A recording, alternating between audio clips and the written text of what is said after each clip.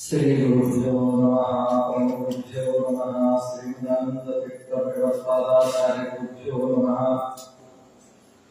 ಶ್ರೀ ವೇದವ್ಯಾಸಾಯ ನಮಃ ಹರಿ ಓಂ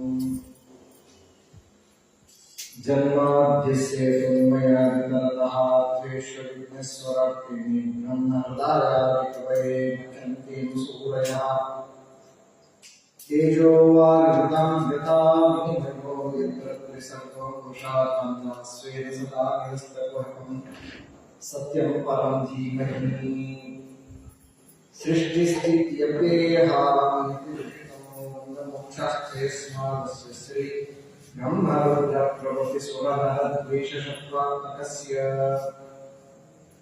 विष्णोर्व्यस्ताः सकलगुणनिधिः सर्वदोषभूयतेतः पूर्णानन्दाद्वयो यो गुरुरवितारश्चिन्तयेतं महान्तम् हयग्रीव हयग्रीव हयग्रीवेति यो वदेत् तस्य निस्सरते वाणिमुखतया प्रभावत् धर्मविज्ञानवैराग्यपरमेश्वरवेदान्तवित्तभगवत्पादं वन्दे निरन्तरम् यस्य वा कामधेनुर्नाः कवितार्थं प्रयच्छति सेवेतं जययोगीन्द्रं कामबाणच्छिदं सदा दुर्वादिष्ठान्तरवये विष्णुविन्दीवरिन्दवे श्रीराघवेन्द्रगुरवे नमोऽत्यन्तदयालवे येहं शुभवचनं शिक्षितस्तु कृपालुभिः तं वन्दे सत्यात्मतीर्थार्यां सदा विद्यागुरुं नमः मन्मनोभीष्टफलदं सर्वाभीष्टफलप्रदं वन्दरकं वन्दे दशश्रेष्ठं दयानिधिं श्रीमण्डलमध्यस्थाः पूर्णभोगवतारकाः वैष्णवाः विष्णुहृदयाः नमस्ते गुरुं नमः मैत्रेय उवाच मनोस्तुषकरूपायां तिस्रः कन्याश्च जग्निरे आकुतिः देवभूतिश्च प्रसूतिरिति विश्रुताः स्वस्तिस्तु सदाम्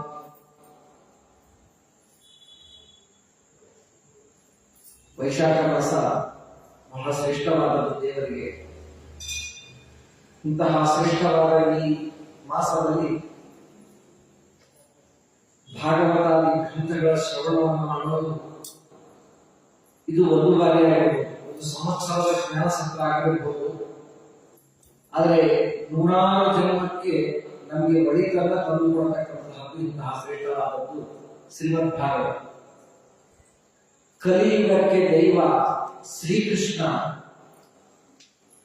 ಕಲಿಯುಗಕ್ಕೆ ಉತ್ತಮವಾಗಿರುವಂತಹ ಶ್ರೇಷ್ಠವಾಗಿರುವಂತಹ ಗ್ರಂಥ ಅಂದರೆ ಶ್ರೀಮದ್ ಭಾಗವತ. ಭಾಗವತಕ್ಕಿಂತಲೂ ಬಹಳ ದೊಡ್ಡದಾದ ಗ್ರಂಥ ಮಹಾಭಾರತ ಇದೆ. ಮಹಾಭಾರತ ಇಲ್ಲ ಅಂತ ಹೇಳೋದಿಲ್ಲ.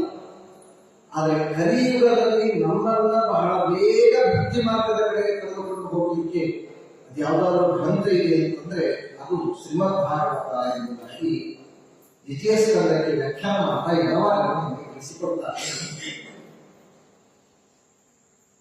ಅಂತಹ ಕೃಷ್ಣ ಈ ಗ್ರಂಥದಿಂದ ಪ್ರತಿಪಾದ್ಯ. ಈ ಗ್ರಂಥ ಶ್ರವಣೀಯವಾದದ್ದು ಭಾಗವತ.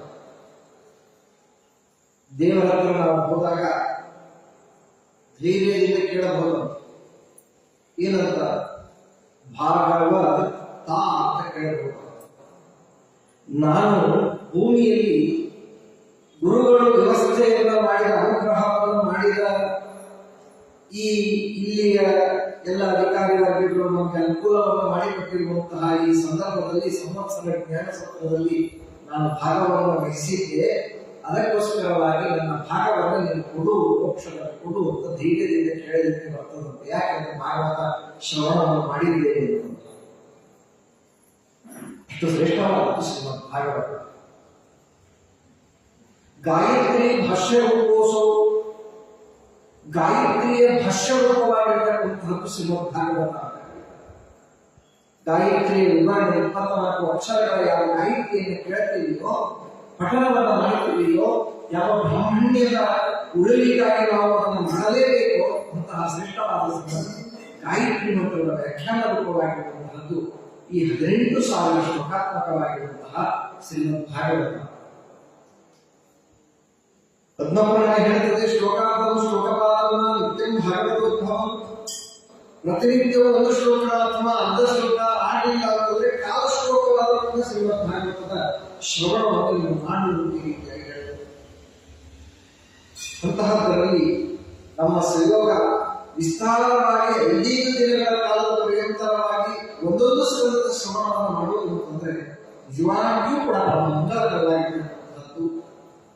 ಚತುರ್ಥ ಸ್ಕಂದ ಪ್ರಧಾನವಾದ 4 ಅಂಶಗಳಿಂದ ತುಂಬಿರತಕ್ಕಂಥದ್ದು ಈ ಚತುರ್ಥ ಸ್ಕಂದದಲ್ಲಿ. ಒಂದು, ರುದ್ರದೇವರ ಅನುಗ್ರಹ ಮಾಡಿರ್ತಕ್ಕಂತಹದ್ದು. ಅದೇ ರೀತಿಯಾಗಿ ನಿಗ್ರಹವಾದ ದಕ್ಷ ಪ್ರಜಾಪತಿಗೆ ಮಾಡಿರ್ತಕ್ಕಂತಹ ಒಂದು ಘಟ್ಟ. ಎರಡನೆಯ ಪ್ರಸಂಗ, ಪುಟ್ಟ 5 ವರ್ಷದ ಬಾಲಕ ಧ್ರುವರಾಯರು ಭಗವಂತನ ದರ್ಶನವನ್ನ ಮಾಡಿ ಭಗವಂತನ ಅನುಗ್ರಹವನ್ನು ಪಡೆದು ಉತ್ತಮವಾದ ಸ್ಥಾನವನ್ನು ಪಡೆದಿರ್ತಕ್ಕಂತಹ ಎರಡನೆಯ ಪ್ರಸಂಗ.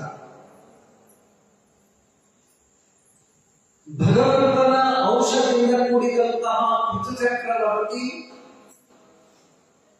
ಜಗತ್ತಿನಲ್ಲಿ ಯಾವ ಯಾವ ವರ್ಣದ ಜನರಿದ್ರೋ, ರಾಕ್ಷಸರಾಗಿರ್ಬೋದು, ಯಕ್ಷರಾಗಿರ್ಬೋದು, ಕಿನ್ನರರಾಗಿರ್ಬೋದು, ದೇವತೆಗಳಾಗಿರ್ಬೋದು, ಅವರಿಗೆಲ್ಲ ಅವರ ಅಪೇಕ್ಷಿತವಾದದ್ದನ್ನ ಭೂದೇವಿಯಿಂದ ಕೆಚ್ಚಲಿನಿಂದಲೇ ಆ ಪದಾರ್ಥಗಳಲ್ಲಿ ಕೊಡಿಸಿದ್ರು. ಈಗಿನ ಕಾಲದಲ್ಲಿ ಆಕಳನ ಕೆಚ್ಚಲಿನಿಂದ ಹಾಲು ಬಂದ್ರೆ ಸಾಕಾಗಿದೆ. ಹಂಗಲ್ಲ, ದೈತ್ಯರು ಪ್ರಹ್ಲಾದರಾಜರನ್ನ ಮುಂದೆ ಮಾಡಿ ಬೆಳೆಸಿದಾಗ ಋತುಚಕ್ರವರ್ತಿ ಆ ಧನಾದೇವಿಯ ಗೋರೂಪದಲ್ಲಿ ನಿಂತುಕೊಂಡಾಗ ಅವಳ ಕೆಚ್ಚಲಿನಿಂದಲೇ ಅವರ ಆಹಾರವನ್ನು ಕೊಡಿಸ್ತಾರೆ. ದೇವತೆಗಳ ಆಹಾರ ಸೋಮರಸವನ್ನ ಆ ಕೆಚ್ಚಲಿನಿಂದಲೇ ಬರುವಂತೆ ಮಾಡ್ತಾರೆ. ಆಗಿನ ಕಾಲದ ಆಕಳಗಳು ಹಾಡಿದ್ದು ವಸಿಷ್ಠರ ಸನ್ನಿಧಾನದಲ್ಲಿರುವಂತಹ ನಂದಿನಿಯ ಕಥೆಯನ್ನೆಲ್ಲ ಕೇಳಿದ್ದೀವಿ. ವಿಶ್ವಾಮಿತ್ರ ರಾಜ ಸಾವಿರಾರು ಮಂದಿಯನ್ನ ಕರೆದುಕೊಂಡು ಬರುವಾಗ ವಸಿಷ್ಠರ ಆಶ್ರಮ ಅಲ್ಲಿ ಕಾಣಿಸ್ತದೆ. ಹೇಗೆ ಯೋಗಕ್ಷೇಮವನ್ನು ನೋಡಿಕೊಂಡು ನೋಡೋಣ, ಯಜ್ಞ ಅಗಾಯಗಳೆಲ್ಲವೂ ಕೂಡ ಚೆನ್ನಾಗಿ ನಡೀತಾ ಇದೆಯಾ ಅಂತಂದು ನೋಡೋದಕ್ಕೆ ಅಂತ ಹೋದಾಗ ಬಂದವರು ಹಾಗೆ ಹೋಗುವಂತಿಲ್ಲ. ಅತಿಥಿಗಳು ಬಂದಾಗ ಅತಿಥಿಯಲ್ಲಿ ಭಗವಂತ ಸನ್ನಿಹಿತವಾಗಿರ್ತಾನೆ. ಅತಿಥಿಗಳ ಪೂಜೆ ಬಹಳ ಶ್ರೇಷ್ಠವಾಗಿರ್ತಕ್ಕಂತಹದ್ದು.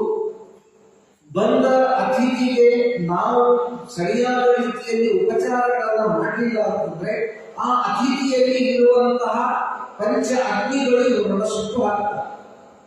ಒಂದು ಮುಖದಲ್ಲಿ ಇರ್ತದೆ, ಎರಡನೇದು ಉದರದಲ್ಲಿ ಇರ್ತದೆ, ಮೂರನೇದು ಕಾಲಿನಲ್ಲಿ ಇರ್ತದೆ, ನಾಲ್ಕನೇದು ಬೆನ್ನಿನಲ್ಲಿ ಇರ್ತದೆ, ಐದನೇದು ಪುಷ್ಟದಲ್ಲಿ ಇರ್ತದೆ. ಈ 5 ಕಡೆಗೆ ಒಬ್ಬ ಮನೆಗೆ ಬಂದ ಅತಿಥಿಯಲ್ಲಿ ಇರ್ತದೆ. ಅತಿಥಿ ಅಂದರೆ ಡೇಟು ಹೇಳದವರಿಗೆ ಮನೆಗೆ ಬರುವವ ಅತಿಥಿ, ಚಿಚ್ಚಿಯಾಗಿ ಹೇಳದವರಿಗೆ ಬರುವವ ಅತಿಥಿ. ಇವತ್ತು ಪಾಠ್ಯಾಗಿ ಮನೆಗೆ ಊಟಕ್ಕೆ ಬರ್ತೇನೆ ನಾನು ಅಂತ ಹೇಳೋದಿಲ್ಲ. ಸಲ ಕಡೆ 12 ಗಂಟೆಗೆ ಬಂದು ಊಟದೊಂದಿಗೆ ಬಂದು ಅವರನ್ನ ಅತಿಥಿ ಅಂತ ಕರೀತಾರೆ. ಈಗೆಲ್ಲ ಚಿತ್ರಣನೇ ಹೋಗಿದ್ದೇವೆ. ಏನಾದರೂ ಯಾಕೆ ನೀವು ಫೋನ್ ಮಾಡಿ ಬರಲಿಲ್ಲ ಅಂತೆ, ಫೋನ್ ಯಾಕೆ ಮಾಡಲಿಲ್ಲ ನೀವು ಅಂತ ಕೇಳ್ತಾರೆ. ನೀವು ಫೋನ್ ಮಾಡಿಲ್ವಲ್ಲ ನಮಗೆ, ಹಾಗಾದ್ರೆ ಡೋಕ್ಟರ್ ಇರಲಿಲ್ಲ, ಮತ್ತೆ ನೀವು ಮನೆಗೆ ಹೋಗಿ ನಾಳೆ ನಾಡದ್ದು ಬರ್ತೀವಿ ಫೋನ್ ಮಾಡಿ ಬಾಗಿಲು ತೆಗೆದಿದೆ ಅಂತ ಸಾಧ್ಯ. ಆ ಅತಿಥಿ ಬಂದಾಗ ಮಾಡುವ ಉಪಚಾರದಲ್ಲಿ ಸ್ವಲ್ಪವಾದರೂ ಕೂಡ ವ್ಯತ್ಯಾಸವಾದಾಗ ಅಲ್ಲಿರುವಂತಹ ಅಗ್ನಿ ನಮ್ಮನ್ನು ಸುಟ್ಟು ಹಾಕ್ತದೆ. ಮುಖದಲ್ಲಿರುವ ಅಗ್ನಿ ಯಾವಾಗ ಉಪಶಮನ ಆಗ್ತದೆ, ಶಾಂತವಾಗ್ತದೆ ಅಂತ ಕೇಳಿದ್ರೆ ನಾವು ಅವನನ್ನ ಬರುವ ಅತಿಥಿಯನ್ನ ನಗನಗದ ಒಳಗೆ ಮಾತನಾಡಿಸಿದ ಒಳಗೆ ಕರೆದುಕೊಂಡು ಬಂದಾಗ ಅಲ್ಲಿರುವಂತಹ ಅಗ್ನಿ ಉಪಶಮನ ಆಗ್ತದೆ. ಕಾಲ ತೊಳೆದಾಗ ಅಗ್ನಿಯಲ್ಲಿರುವಂತಹ ಅಗ್ನಿ ಶಾಂತವಾಗ್ತದೆ.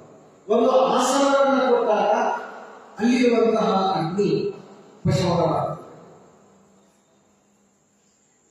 ನೀರನ್ನ ಕೊಟ್ಟಾಗ ತಿನ್ನೋದಕ್ಕೆ ಉಣ್ಣೋದಕ್ಕೆ ಏನು ಅನುಕೂಲತೆಗಳೋ ಅದನ್ನ ಕೊಟ್ಟಾಗ ಉದರದಲ್ಲಿರುವಂತಹ ಅಗ್ನಿ ಉಪಶಮನವಾಗ್ತದೆ. ಕೊನೆಯದಾಗಿ ಬೆನ್ನಿನಲ್ಲಿರುವಂತಹ ಅಗ್ನಿ. ಇವನು ಸೋಫಾ ಮೇಲೆ ಕುಳಿತುಕೊಂಡು ಇಷ್ಟೆಲ್ಲ ವಿಚಾರ ಮಾಡಿದ್ದೇನೆ, ಹೋಗಿ ಬರ್ತೀರಾ, ಹೋಗಿ ಬರಲಿಕ್ಕೆ ಇಷ್ಟೇ ಅನುಕೂಲ ಆಗ್ತದೆ. ಆಗ ಬೆನ್ನಿನಲ್ಲಿರುವಂತಹ ಅಗ್ನಿ ಇವರನ್ನ ಸುಟ್ಟು ಹಾಕ್ತದೆ. ಅದಕ್ಕೆ ಸಾಮಾನ್ಯವಾಗಿ ಈಗೆಲ್ಲ ಹಳ್ಳಿಗಳಿಗೆ ಬಸ್ ಸ್ಟ್ಯಾಂಡು ಹಾಕಿ ಇರ್ತಿದ್ವು, ನಡ್ಕೊಂಡು ಹೋಗಿ ಅವ್ರು ಕರ್ಕೊಂಡು ಹೋಗಿ ಬಿಟ್ಟು ಬರ್ತಾ ಇದ್ರು. ಸಾಧ್ಯ ಇಲ್ಲ ಗೇಟಿನವರೆಗಾದರೂ ಕೂಡ ಅತಿಥಿಯನ್ನು ಹೋಗಿ ಕಳಿಸಿ ಬರಬೇಕಾಗ ಆಗ ಬೆನ್ನಿನಲ್ಲಿರುವಂತಹ ಅಗ್ನಿ ಇಲ್ಲಿ ವಿಷಮವಾಗ್ತದೆ ಎಂಬುದಾಗಿ ನಮಗೆ ಶಾಸ್ತ್ರ ತಿಳಿಸಿಕೊಡ್ತದೆ. ಹೀಗೆ ಅತಿಥಿಯ ಸತ್ಕಾರ, ಅತಿಥಿಯ ಪೂಜೆ ಬಹಳ ಶ್ರೇಷ್ಠವಾದದ್ದು ಎಂಬುದಾಗಿ ವಸಿಷ್ಠರು ಕರೆದು ಆ ಸಾವಿರಾರು ಮಂದಿ, ಅದೇ ರೀತಿಯಾಗಿ ವಿಶ್ವಾಮಿತ್ರ ರಾಜನನ್ನ ಸಂದರ್ಭದಲ್ಲಿ ಉಪಚಾರವನ್ನು ಮಾಡುತ್ತಾರೆ. ಮಾಡಿದಂತಹ ಸಂದರ್ಭದಲ್ಲಿ ಕೇಕ್ಷರದಿಂದಲೇ ಮಂಡಿಗೆ ಬಂತು, ಚಿತ್ರಾನ್ನ ಬಂತು, ಪಾಯಸ ಬಂತು, ಎಲ್ಲವೂ ಬಂತು. ಗ್ಯಾಸ್ ಒಳ ಹೋಗಿಲ್ಲ, ನೀರು ತಂದು ಹಾಕುವ ಅಕ್ಕಿ ಬೇಯಿಸುವ ಕಾಯಲಿಲ್ಲ. ಯಾವುದು ಇದೆ ಇಂತಹ ನಂದಿನಿಗಳಿಗೆ ಆ ಸಂದರ್ಭದಲ್ಲಿ ಎಂತಹ ಶಕ್ತಿ ಇತ್ತು ಅಂತನ್ನುವುದನ್ನ ನಾವು ಕೇಳ್ತೇವೆ. ಇಂತಹ ಶ್ರೇಷ್ಠವಾಗಿರ್ತಕ್ಕಂತಹ ಅತಿಥಿಗಳ ಪೂಜೆ, ಭಾಗವತ ಶ್ರವಣ ಇವೆಲ್ಲವೂ ಕೂಡ ಬಹಳ ಅತ್ಯುತ್ತಮವಾಗಿರ್ತಕ್ಕಂತಹದ್ದು. ಹೀಗಾಗಿ ಋತು ಚಕ್ರವರ್ತಿ ಆಗಿನ ಕಾಲದಲ್ಲಿ ಇರುವ ಧರಾದೇವಿಯನ್ನ ನಿಲ್ಲಿಸಿ, ಗೋರೂಪದಲ್ಲಿ ಇರುವಂತಹ ಧರಾದೇವಿಯನ್ನ ನಿಲ್ಲಿಸಿ ಅವಳ ಕಡೆಯಿಂದ ಯಾರ್ಯಾರಿಗೆ ಏನು ಬೇಕಾದದ್ದು ಆ ಮಗುವನ್ನು ಕಳಿಸಿದ್ದಾರೆ. ಪ್ರೀತ್ಯಾಸ್ಪದರಾದವರನ್ನು ಮುಂದೆ ಕಳಿಸಿದ್ರೆ ಬೇಗ ಕೊಟ್ಟುಬಿಡ್ತಾರೆ. ನಮ್ದು ಆಫೀಸಿನ ಕೆಲಸ ಆಗಬೇಕಾಗಿರ್ತದೆ, ಅವರ ಸಹಿ ಹಾಕಬೇಕಾಗಿರ್ತದೆ. ಅವರ ಮಗುವಿಗೆ ಒಂದು ಚಾಕ್ಲೇಟ್, ದೊಡ್ಡದೊಂದು ಚಾಕ್ಲೇಟ್ ತಗೊಂಡು 51 ರೂಪಾಯಿ ಚಾಕ್ಲೇಟ್ ತಗೊಂಡು ಎಷ್ಟು ಚೆನ್ನಾಗಿದೆಯಪ್ಪ, ಹುಡುಗ ಏನ್ ಚಂದ್ರನಂತಹ ಕಾಂತಿ ಅಂತ ಅವರ ಅಪ್ಪ ಮುಂದೆ ಮಾತು ಹೊರಬಿಟ್ರೆ ಅವರ ಏನ್ ಮಾಡ್ತಾರೆ, ಏನ್ ಮಾಡ್ಬೇಕಾಗಿತ್ತು, ಯಾಕೆ ಬಂದಿದ್ವಿ, ಅವ್ರ ಸ್ವಲ್ಪ ಪೇಪರ್ ಸರಿಯಾಗಿತ್ತು ಹಾಕಿಬಿಟ್ಟು ಹಾಗೆ ಆಕಳಿನ ಧರಾರೂಪದಲ್ಲಿರುವ ಧರಾದೇವಿ ಆಕಳಿನ ರೂಪದಲ್ಲಿದ್ದು ಅವಳಿಗೆ ವ್ಯತ್ಯಾಸಪದಾಗಿರ್ತಕ್ಕಂಥವರನ್ನ ಆ ಗುಂಪಿನವರು ಕಳಿಸಿಕೊಟ್ಟಾಗ ಆ ಸಂದರ್ಭದಲ್ಲಿ ಆ ಪ್ರೀತಿಯಿಂದ ಆ ಗೋ ಅವರಿಗೆ ಧಾನ್ಯವು ಏನೇನು ಬೇಕೋ ಅದನ್ನು ಪಡೆದು ತಮ್ಮ ಕಥಾವನ್ನ ಇದು 3ನೇ ಪ್ರಸಂಗ ಅಂತ ಹೇಳ್ತೀವಿ. ಕೊನೆಯದಾಗಿರುವಂತಹ ಈ ಸ್ಕಂದದಲ್ಲಿ ಬರುವಂತಹ ಮತ್ತೊಂದು ಅಂಶ, ಪ್ರಾಚೀನ ಬರಿ ಪುರಂಜನೋಪಾಖ್ಯಾನ ಅಂತನ್ನುವುದಾಗಿ ನಾವು ಕೇಳ್ತೇವೆ. ಇದು 4ನೇ ಅಂಶಕ್ಕೆ ಪ್ರಧಾನವಾಗಿರ್ತಕ್ಕಂಥದ್ದು. ಹೀಗೆ 4 ಪ್ರಧಾನವಾದ ಅಂಶಗಳಿಂದ ಒಳಗೊಂಡಿರುವಂತಹ ಶ್ರೇಷ್ಠವಾದ ಚತುರ್ಥ ಸ್ಕಂದ ಭಾಗವತ ಇದು ಹೇಗಿದೆ ಅಂತ ಕೇಳಿದರೆ ಚತುರ್ವಿಧ ಪುರುಷಾರ್ಥಗಳಂತ ಇದೆ. ಶ್ರವಣವನ್ನು ಮಾಡಿದ್ರೆ ಏನಾಗ್ತದೆ, ಧರ್ಮ ಅಂತ ಕಾಮ ಮೋಕ್ಷ ಚತುರ್ವಿಧ ಪುರುಷಾರ್ಥಗಳು ಒಂದು ಸಿಗುತ್ತೆ. ಯಾಕೆ ಮೊದಲನೇ ಘಟ್ಟವನ್ನು ನಾವು ನೋಡುವ ಸಂದರ್ಭದಲ್ಲಿ ರುದ್ರದೇವರ ಮತ್ತು ದಕ್ಷ ಪ್ರಜಾಪತಿಯ ಒಂದು ಗದ್ದಲದ ಒಂದು ಪ್ರಸಂಗ ಏನಿದೆ, ಅಲ್ಲಿ ಅದ್ಭುತವಾಗಿರುವಂತಹ ಧರ್ಮದ ಉಪದೇಶವನ್ನು ಮಾಡ್ತಾರೆ. ಹೀಗಾಗಿ ಧರ್ಮ ಎಂಬುವ ಒಂದು ಪುರುಷಾರ್ಥ. ಅದೇ ಪ್ರಸಂಗದಲ್ಲಿ ಪಾರ್ವತಿ ದೇವಿಯರು ಅಥವಾ ಸತೀ ದೇವಿಯರು ಅವರ ಪತಿಯಾಗಿರುವಂತಹ ರುದ್ರದೇವರಿಗೂ ಸಮಾನವಾಗ್ತದೆ. ಅದೊಂದು ಧರ್ಮದ ಪ್ರಸಂಗ. ಹೀಗಾಗಿ ಇದು ಧರ್ಮದ ಸಂಕೇತ. 2ನೇ ಪುರುಷಾರ್ಥ ಕಾಮ. ಅದನ್ನ ಪ್ರಹ್ಲಾದರಾಜರು ಧ್ರುವರಾಗಿ ಮಾಡಿದರು. ಏನ್ ಬೇಕು, ನಮ್ಮ ತೊಡೆಯ ಮೇಲೆ ಕುಳಿತುಕೊಳ್ಳಬೇಕು. ಇದು 2ನೇ ಕಾಮ. ಧರ್ಮ, ಅರ್ಥ, ಕಾಮ ಅಂತ 3ನೇ. ಧರ್ಮ ಅರ್ಥ ಯಾವುದು, ನಮಗೆ ರಾಜ್ಯ ಬೇಕು, ಸಂಪತ್ತು ಬೇಕು, ಅರ್ಥ. ಇನ್ನ ಕಾಮನೆಗಳು ಆ ಗೋರು ಮುಂದೆ ನಿಂತುಕೊಂಡು ಋತು ಚಕ್ರವರ್ತಿ ನಿಂತುಕೊಂಡಾಗ ಗೋವಿನಿಂದ ತಮ್ಮ ತಮ್ಮ ಕಾಮನೆಗಳನ್ನೆಲ್ಲ ಪಡೆದಿರತಕ್ಕಂಥ. ಹೀಗಾಗಿ ಇದು 3ನೇ ಧರ್ಮ, ಅರ್ಥ, 3ನೇ ಕಥೆ ನಮಗೆ ಮತ್ತೆ ಕಾಮವನ್ನು ಆ ಸಂದರ್ಭದಲ್ಲಿ ಕೊಡ್ತದೆ. ಅಂದ್ರೆ ಅಪೇಕ್ಷಿತವಾದ ಸಾಮಾನ್ಯವಾಗಿ ನಮಗೆಲ್ಲ ಕಾಮ ಅಂತ ಬಂದಾಗ ಕೆಟ್ಟದಾದದ್ದೇ ನಮಗೆ ತಲೆಯಲ್ಲಿ ಬರ್ತದೆ. ಕೃಷ್ಣ ಇರುವಾಗ ಕೇಳ್ತಾರೆ, ಪಾಂಡವರೆಲ್ಲ ಇದ್ದಾರೆ, ಚತುರ್ವಿಧ ಪುರುಷಾರ್ಥಗಳಲ್ಲಿ ಶ್ರೇಷ್ಠವಾದ ಪುರುಷಾರ್ಥ ಯಾವುದು? ಅರ್ಜುನ ಅರ್ಥ ಬಹಳ ಶ್ರೇಷ್ಠ. ಸಂಪರ್ಕಿತ ಕಾರ್ಯಕ್ರಮ ಮಾಡಿಕೊಡ್ತದೆ, ಆರಾಧನೆ ಮಾಡಿಕೊಡ್ತದೆ, 4 ಮಂದಿ ಊಟ ಹಾಕಿಕೊಡ್ತದೆ, ಯಜ್ಞ, ಯಜನ, ಹೋಮ, ಹವನಗಳು ಎಲ್ಲ ಕಾರ್ಯಕ್ರಮಗಳು ಮಾಡಲಿಕ್ಕೆ ಬರ್ತದೆ, ದಾನವನ್ನು ಕೊಡಲಿಕ್ಕೆ ಬರ್ತದೆ, ವೈಶಾಖ ಮಾಸದ ದಾಳಿ ಹೇಳಿದ್ದಾರೆ, ಮಾಮಕ ಕೋಸಂಬರಿ ಇತ್ಯಾದಿ ಇತ್ಯಾದಿಗಳನ್ನು ಹೇಳಿದ್ದಾರೆ. ಪಾದರಕ್ಷೆಗೆ ಮಹಾಮಹತ್ವವನ್ನು ಹೇಳಿದ್ದಾರೆ. ನಾನಕ್ಕೆ ಇವನ್ನೆಲ್ಲ ಕೊಡಲಿಕ್ಕೆ ಆ ಕೈಯಲ್ಲಿ ಅರ್ಥ ಇಲ್ಲ ಅಂತಂದ್ರೆ ಎಲ್ಲಿಂದ ಮಾಡೋದು? ಧರ್ಮವನ್ನು ಪುಣ್ಯವೇ ಇಲ್ಲ, ಧರ್ಮ ಇಲ್ಲ. ಅದಕ್ಕೋಸ್ಕರವಾಗಿ ಅದು ಶ್ರೇಷ್ಠ ಅಂತ ಧರ್ಮರಾಯ ಅಂತಾನೆ ಇಲ್ಲ, ಧರ್ಮ ಶ್ರೇಷ್ಠ ಹೆಸರೇ ಆಗಿದೆ ಅವನಿಗೆ, ಅದೇ ಶ್ರೇಷ್ಠ ಅಂತ. ಭೀಮರನ್ನ ಕೇಳಿದರೆ ಹೇಳಿದ್ದು ಭೀಮ ಕಾಮಶ್ರೇಷ್ಠ.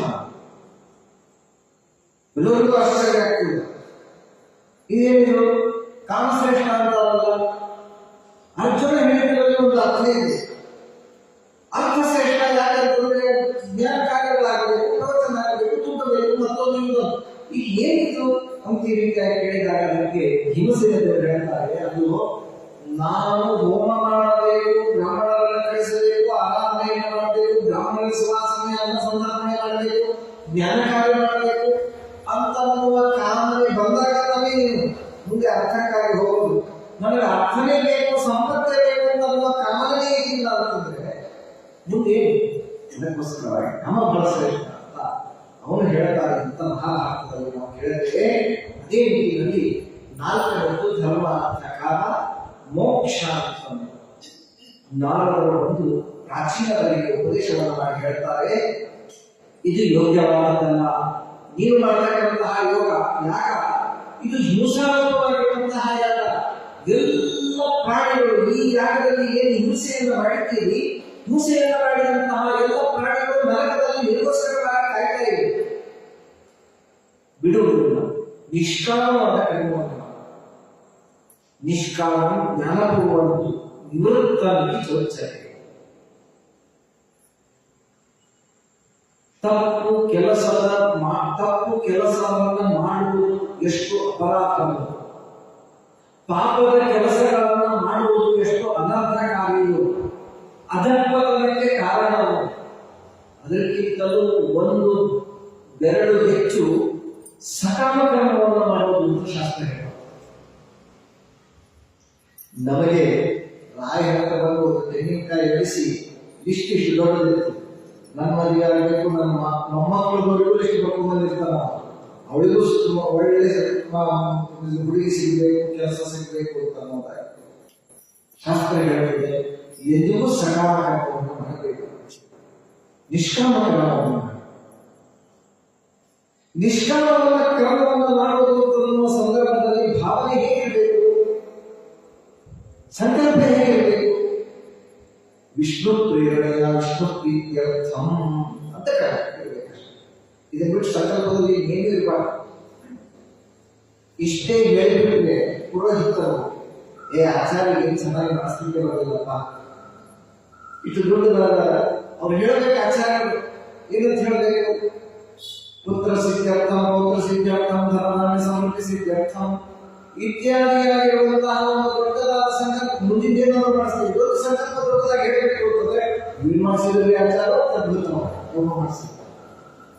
ರಾಯರ ಮಠಕ್ಕೆ ಬಂದಿದ್ವಿ, ಪಂಚಾಮೃತ ಸೇವೆ ನಾವು ಕೊಟ್ಟಿದ್ವಿ, ಆರಾಧನೆಯಲ್ಲಿ ಅನ್ನ ಸಂತರ್ಪಣೆಗೆ ನಾವು ಹೋಗಿದ್ವಿ, ಏಳು ಸಂಕಲ್ಪ ಮಾಡಿಸಿದ್ರೆ ಆಗ್ತದೆ. ಅದಲ್ಲ, ನಾವು ನಿಜವಾಗಲೂ ಕೂಡ ದೇವರ ಪ್ರೀತಿಗಾಗಿ ಮಾಡಬೇಕು ಅಂತ ಸಂಕಲ್ಪದ ಹಿನ್ನೆಲೆಯಲ್ಲಿ ನಾವು ಕಾಮವನ್ನು ಮಾಡೋದಿಲ್ಲ. ಅದು ನಿಜವಾಗಲೂ ಕೂಡ ಭಗವಂತನ ಪ್ರೀತಿಯ ಕಾರಣ. ಕೃಷಿ ಫಲಾನುಕೂಲಂ ಅಂತ ಆಚಾರ್ಯ ನಾರಾಯಣ ಆಚಾರ್ಯ ಹೇಳ್ತಾರೆ. ದೇವರನ್ನು ನಾವು ಇದೊಂದು ಬೇಡಿದರೆ, ವಿಷ್ಣು ನೀನು ಪ್ರೀತನಾಗುವುದಕ್ಕಾಗಿ ಈ ಕರ್ಮವನ್ನು ಮಾಡ್ತಾ ಇದ್ದೇವೆ, ಇದೆಲ್ಲ ಇನ್ನೂ ಕೆಲಸಗಳು ಮತ್ತೊಂದು ಬೇಕಾದಷ್ಟು ಕಾರ್ಯಕ್ರಮಗಳಿರ್ತಾವೆ, ಮೊಬೈಲ್ಗಳಿದೆ, ವಾಟ್ಸಾಪ್ಗಳಿದೆ, ಮತ್ತೊಂದಿದೆ, ಎಲ್ಲವೂ ಕೂಡ ಇದ್ದಾಗ ಅದನ್ನೆಲ್ಲ ಬಿಟ್ಟು ಇಲ್ಲಿ ಬಂದು ನಾವು ಭಾಗವತವನ್ನು ಕೇಳ್ತಾ ಇದ್ದೇವೆ ಅಂತಂದಾಗ ನಡೆದುಕೊಂಡು ಬಂದಿರ್ತೇವೆ. ಎಷ್ಟೋ ದೂರದಿಂದ ಗಾಡಿಯಲ್ಲಿ ನಾವು ಬಂದಿರ್ತೇವೆ. ಅದನ್ನು ವಿಷ್ಣು ಪ್ರೇರಣೆಯ ವಿಷ್ಣು ಪ್ರೀತ್ಯರ್ಥಂ ಶ್ರೀಮದ್ ಭಾಗವತವನ್ನು ಕೇಳ್ತಾ ಇದ್ದೇವೆ ಅಂತನ್ನುವ ಮನಸ್ಸಿನ ಹಿನ್ನೆಲೆಯನ್ನು ನಾವು ಕೇಳಿದಾಗ ದೇವರು ಎಲ್ಲವನ್ನೂ ಕೂಡ ಕೊಡ್ತಾನೆ. ನೀನು ಇಷ್ಟು ಮಾಡಿಕೊಂಡು ಬಂದ್ರೆ ನಂದೊಂದು ನಿಯಮ ಅಂತ ದೇವರು.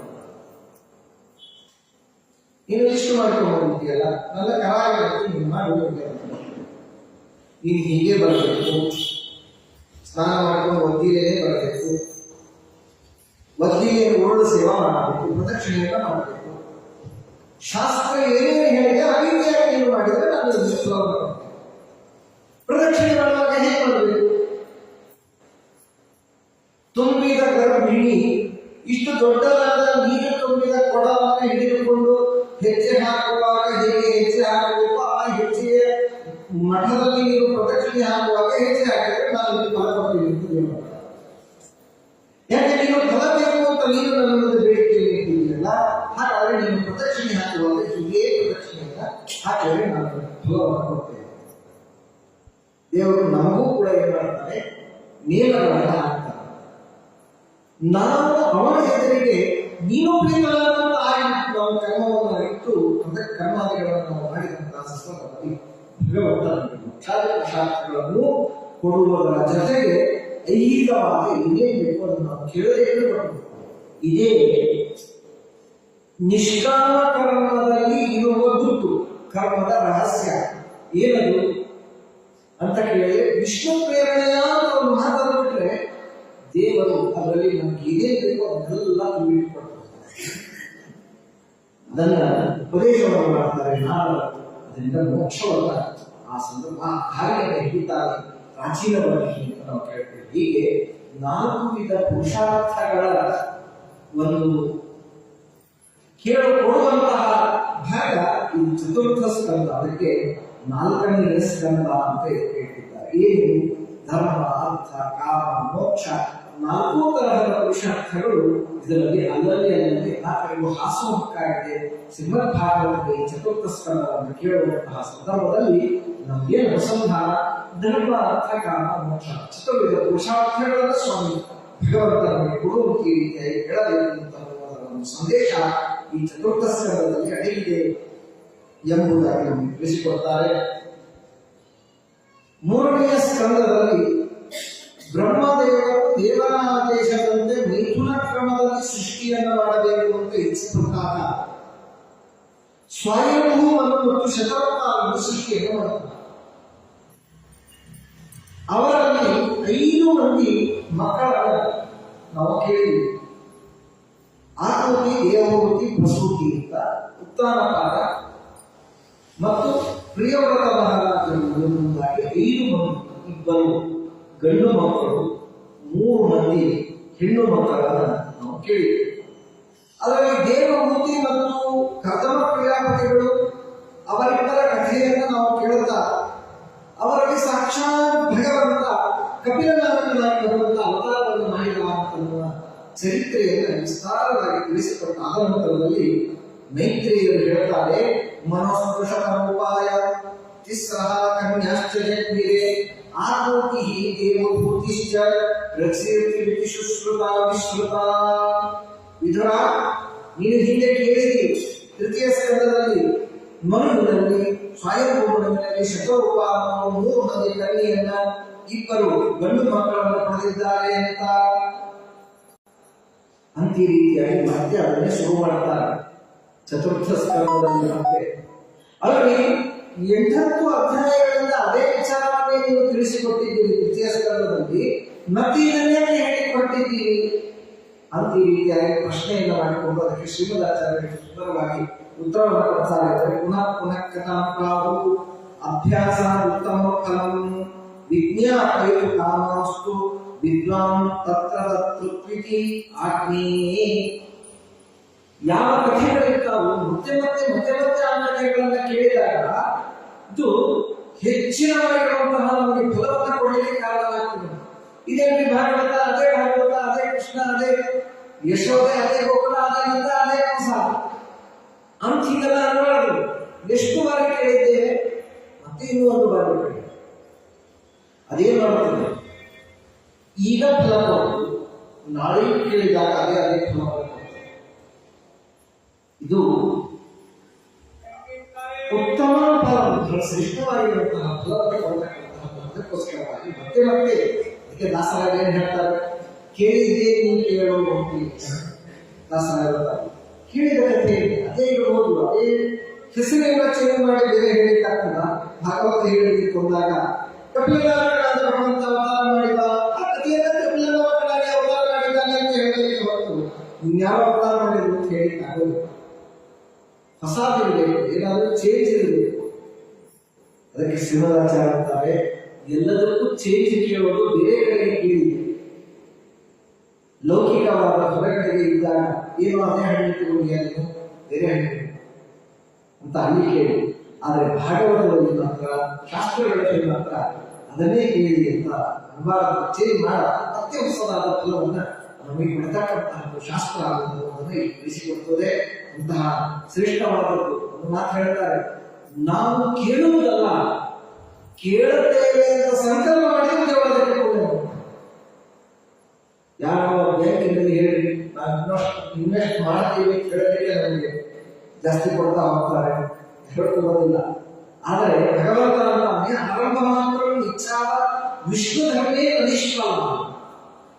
ನಾವು ಪ್ರಾರಂಭವನ್ನು ಮಾಡ್ತೇವಪ್ಪ ಸ್ವಾಮಿ, ಯಾತ್ರೆಗೆ ಹೋಗ್ಬರ್ತೇವೆ, ಕಾಶಿಗೆ ಹೋಗ್ಬರ್ತೇವೆ, ಅಂತಿಷ್ಟಂದ್ರೂ ಪುಣ್ಯ ಇದೆ ನಮ್ಮ ಶಾಸ್ತ್ರದಲ್ಲಿ, ಅಷ್ಟು ಅದ್ಭುತವಾದದ್ದು.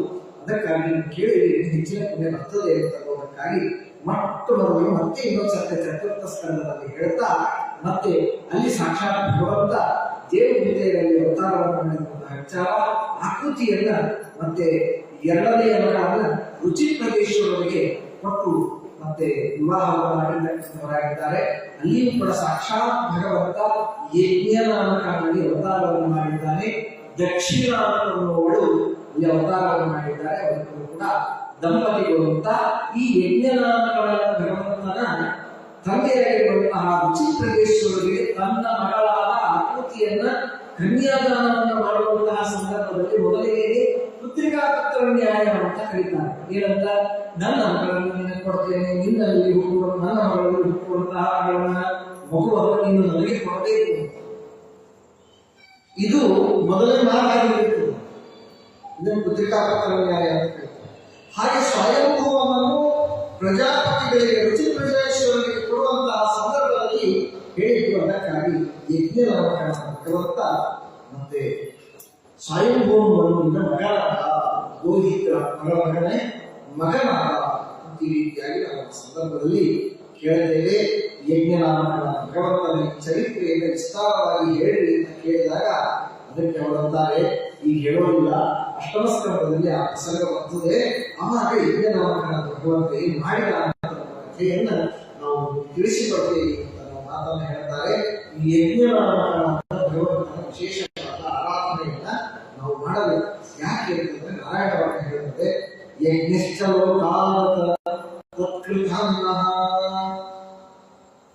ಲೋಕಾಪವಾದಗಳು ಅಂತ ಏನಿರುತ್ತಲ್ಲ, ಅದರಲ್ಲೂ ಕೂಡ ವಿಶೇಷವಾಗಿ ಈ ಟ್ರಸ್ಟ್ ಕಮಿಟಿ ಮಠ ಅಥವಾ ಇತ್ಯಾದಿಗಳು ಏನಿರ್ತಾವೆ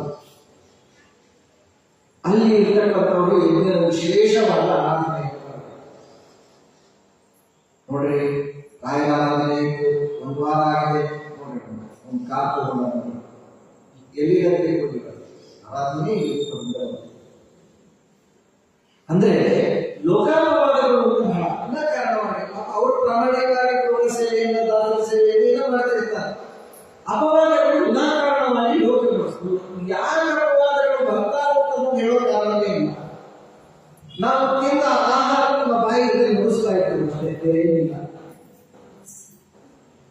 ಆ ಅಪವಾದಗಳನ್ನು ಹಚ್ಚಿಕೊಳ್ಳೋಣ. ಅಂತಹ ಅಪವಾದದ ಗುರಿಗೆ ನಾವು ತುತ್ತಾಗಬಾರದು ಅಂತಂದ್ರೆ ಈ ಯಜ್ಞನಾಮಕನ ಭಗವಂತನನ್ನ ವಿಶೇಷವಾಗಿ ಸ್ಮರಣೆಯನ್ನು ಮಾಡಿದಂತಹ ಸಂದರ್ಭದಲ್ಲಿ ಲೋಕಾಪವಾದವನ್ನು ದೂರ ಮಾಡತಕ್ಕಂಥ ಭಗವಂತ ಯಜ್ಞ ಯಜ್ಞ ಯಜ್ಞ ಅಂತ ಸ್ಮರಣೆಯನ್ನು ಮಾಡಿ ಅಂತ ಈ ರೀತಿಯಾಗಿ ಆ ಸಂದರ್ಭದಲ್ಲಿ ಅಲ್ಲಿ ತಿಳಿಸಿಕೊಡ್ತಾರೆ. ಇವರ ಕಥೆಯನ್ನು ಮುಂದೆ ನಾವು ತಿಳಿಸಿಕೊಡ್ತೇವೆ ಅಂತ ಹೀಗೆ ಆಕೃತಿ ದೇವಭೂತಿ ವಿಚಾರ ಮಾಡಿದ್ದು.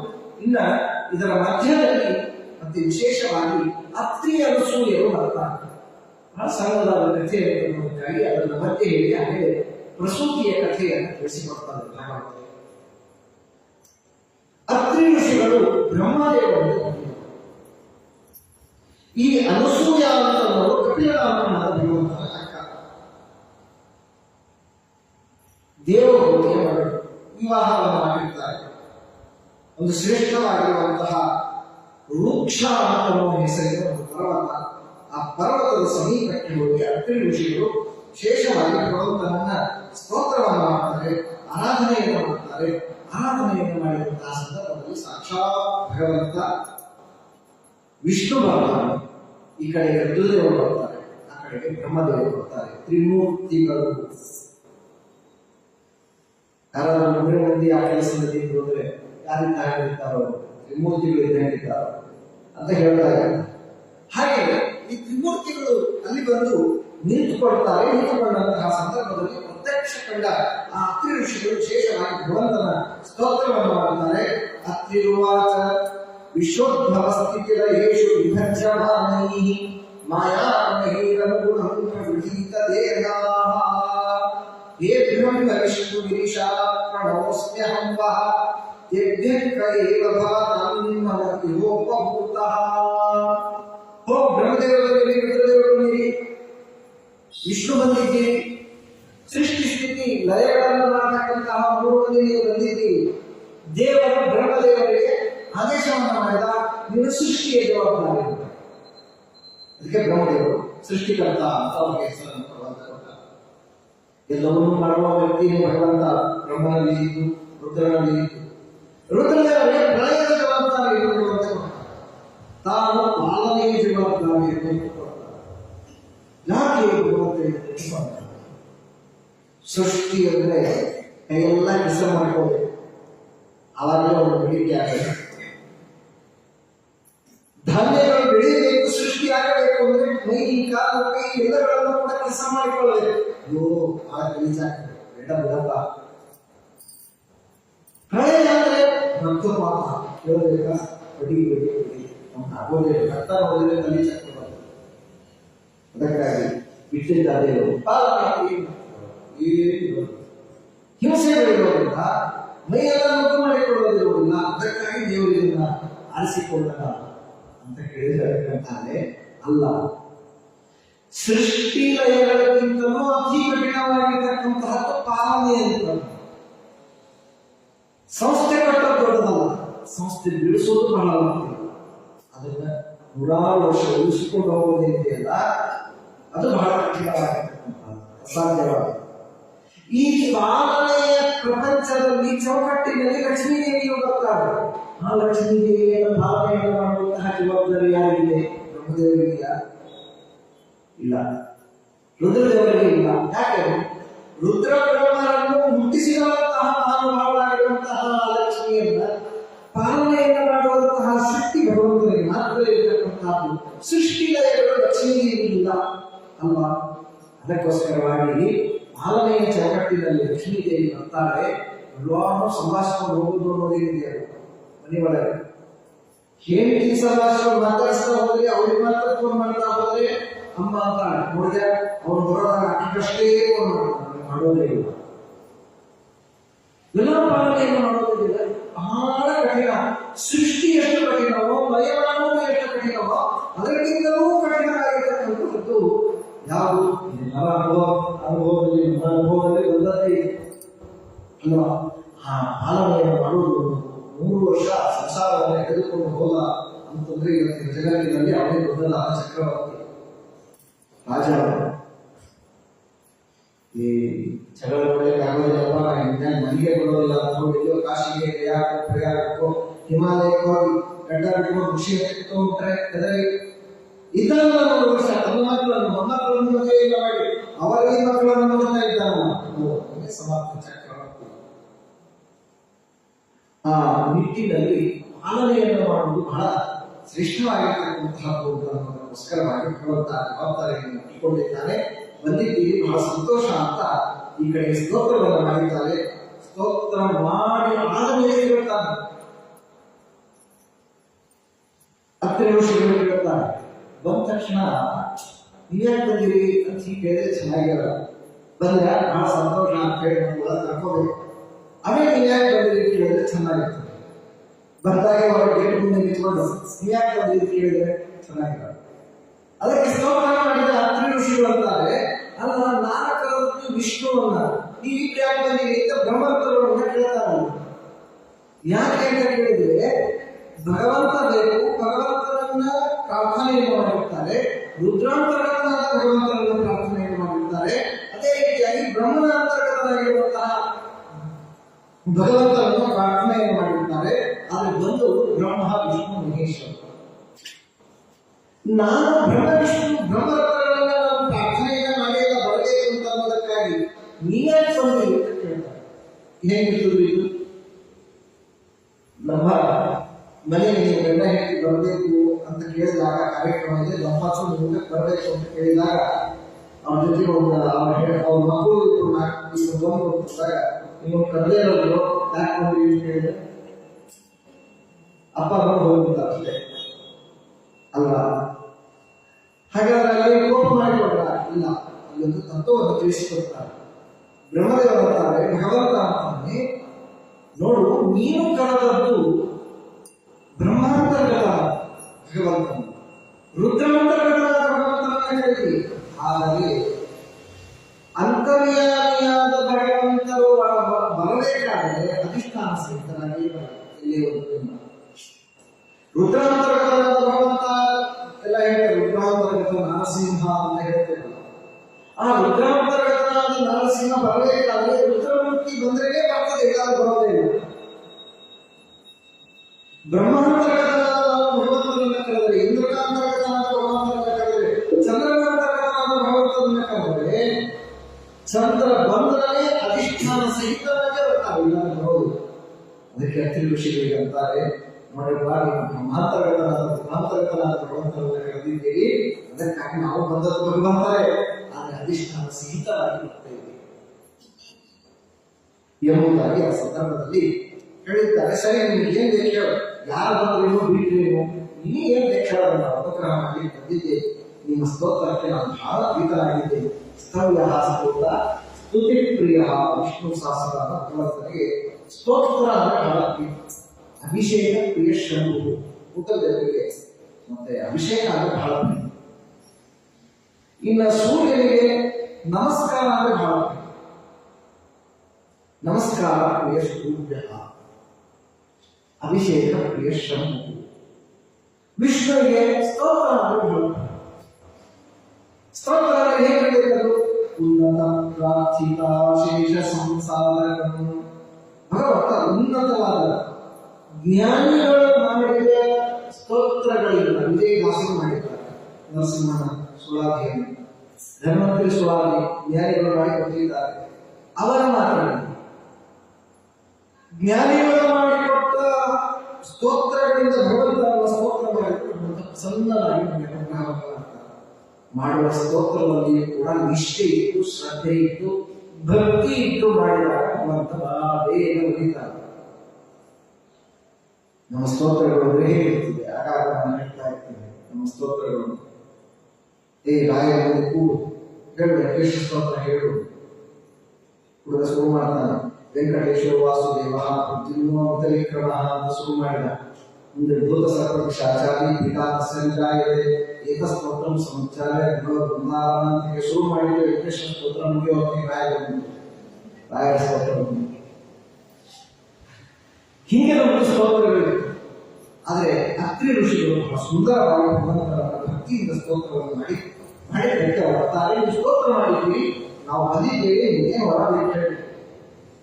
ಅದಕ್ಕೆ ಅತ್ರಿ ಋಷಿಗಳು ಹೇಳ್ತಾರೆ, ನೀವೇ 3 ಮಂದಿ ನನಗೆ ಮಕ್ಕಳಾಗಿ ಬರಬೇಕು.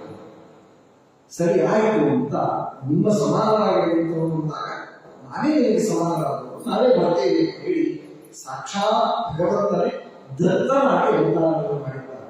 ಅಲ್ಲ ಕಣ್ಣಿಗೆ ಪ್ರಹ್ಲಾದರಾಜನಿಗೆ ವಿಶೇಷವಾದ ಶಾಸ್ತ್ರಗಳ ತತ್ವೋಪದೇಶವನ್ನು ಭಗವಂತ ಮಾಡಿದ್ದಾರೆ.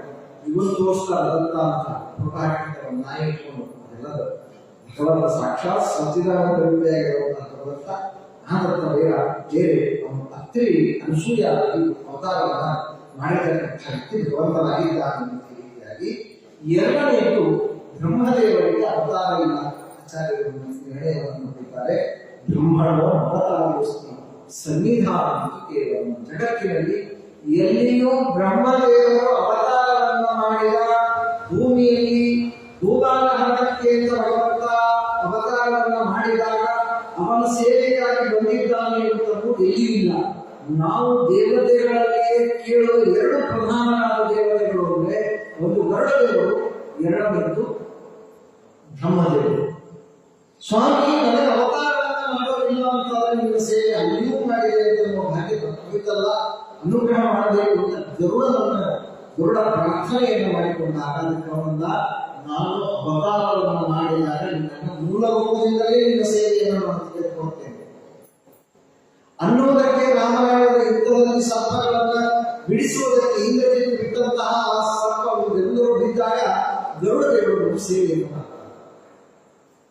ಕೃಷ್ಣಾವತಾರದಲ್ಲಿ ಆಗಾಗ ಗರುಡ ದೇವರನ್ನ ಪ್ರಾರ್ಥನೆಯನ್ನು ರೂಪದಲ್ಲಿ ಬಂದು ಸೇವೆಯನ್ನು ಮಾಡಿ ಆ ಸಂದರ್ಭದಲ್ಲಿ ಹೋಗುವಂತಹ ಪ್ರಸಂಗಗಳನ್ನು ನಾವು ಕೇಳ್ತೇವೆ.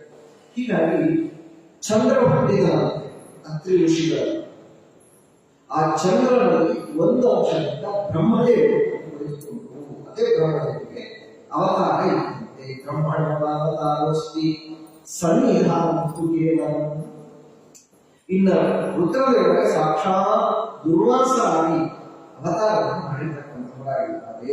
ಯಾರಾದರೂ ಬ್ರಾಹ್ಮಣರು ನೋಡ್ಬೇಕು, ಅವ್ರನ್ನ ಕರ್ಕೊಂಡು ನೋಡಿ ನನಗೆ ಸ್ವಲ್ಪ ವಿಚಾರ ಮಾಡಿ ಅವ್ರು ಹೆಂಗಿದ್ದಾರೆ ಗೊತ್ತೇನೋ, ದುರ್ವಾಸ ಹೆಂಗಿದ್ದಾರೆ. ನಮಗೆ ಗೊತ್ತಿರೋದು ದುರ್ವಾಸರು ಅಂತಂದ್ರೆ ಬಹಳ ಪ್ರತಿಷ್ಠರು ಯಾರಾದರೂ ಇದ್ರೆ ಅವರನ್ನು ದುರ್ವಾಸರು ಅಂತ ಕಲಿಯಬೇಕು ಅನ್ನೋದೇ ನನಗೆ ಚಿತ್ರ ಇದೆ. ಸರ್ವತಾರ ಕಲಿಬಾರ್ದು. ನಾನು ಜಗ ಹಚ್ಚಿದ್ರೆ ನಾನದರ ಹೆಸರು ಬಂದೇ ಬರ್ತದೆ. ಆ ಜ್ಞಾನಿಗಳ ಹೆಸರುಗಳನ್ನ ನಾವು ಹಿಂದಿದ್ದ ಕೂಡ ಬಳಸಬಾರದು. ಹೀಗೆ 3 ಮಂದಿ ಅತ್ರಿ ಅನುಸೂಯಾವಳಿ ಆ ಸಂದರ್ಭದಲ್ಲಿ ಭಗವಂತ ಬ್ರಹ್ಮ ರುದ್ರರು ಈ ರೀತಿಯಾಗಿ ಅವತಾರವನ್ನು ಮಾಡಿದ್ದಾರೆ. ಇದೇ ಅತ್ರಿ ಋಷಿಗಳಲ್ಲಿ ಅವತಾರವನ್ನು ಮಾಡಿದ ಯಾವ ಚಂದ್ರನಿಂದ ಆ ಚಂದ್ರನಿಂದಲೇ ಚಂದ್ರವಂಶ ನಡೀತದೆ ಅನ್ನೋದಾಗಿ ನಾವು ಮುಂದೆ ಕೇಳ್ತೀವಿ. ಅದೇ ಭಾಗವನ್ನ ವಿಸ್ತಾರವಾದ ದೊಡ್ಡದಾಗಿರುವಂತಹ ಮುಖರೂಪವಾಗಿರುವಂತಹ ದಶಮಸ್ಕಂದ ಆಯ್ತು ಅನ್ನೋದಾಗಿ ಅದಕ್ಕೆ ಮೂಲ ಅತ್ರಿ ಋಷಿಗಳು ಅನ್ನೋದಾಗಿ ನಾವು ಕೇಳ್ತೇವೆ.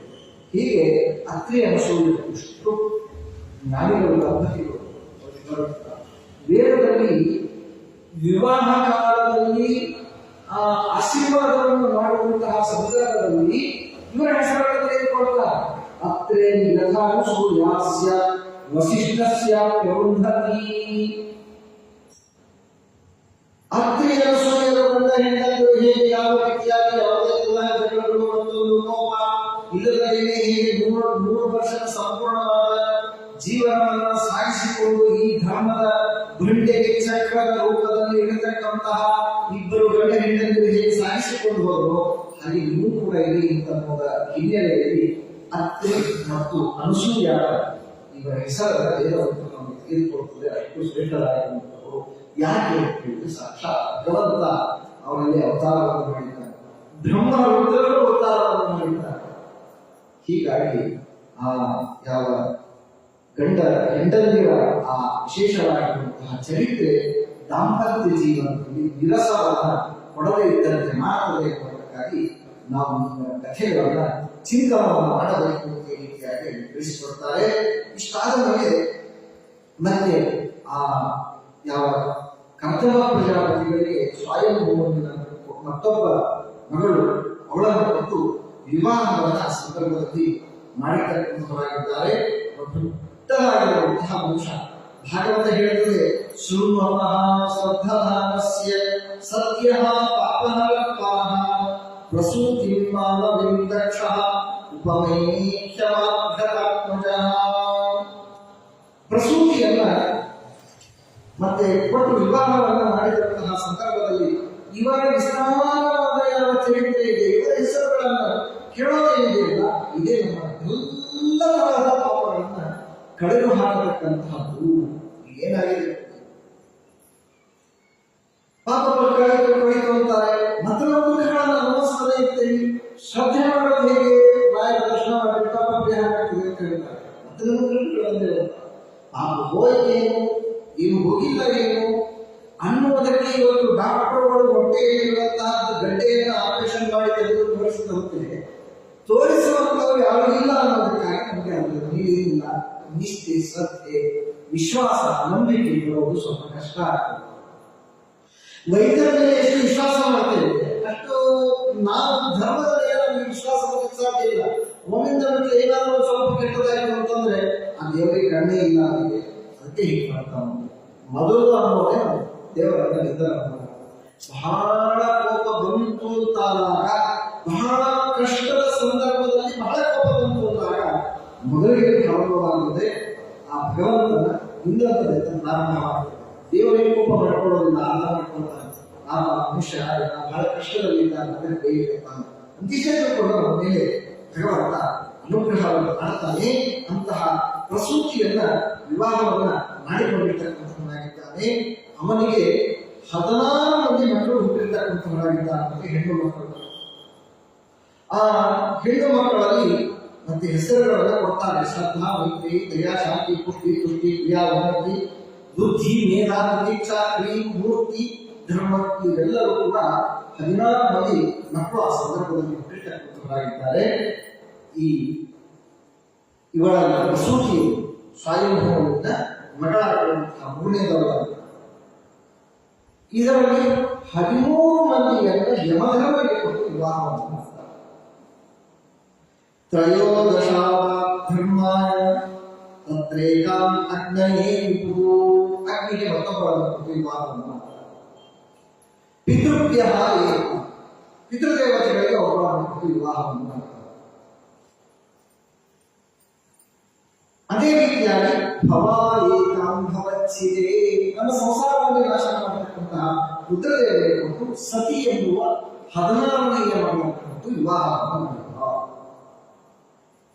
ಎಷ್ಟು ಸುಂದರವಾದ ಒಂದು ಸಂದೇಶವನ್ನು ಕೊಡ್ತಾರೆ. ಧರ್ಮನಿಗೆ, ಯಮಧರ್ಮನಿಗೆ 13 ಮಂದಿ ಮಕ್ಕಳನ್ನು ಕೊಟ್ಟು ವಿವಾಹವನ್ನು ಮಾಡಿದ. ಯಾರು?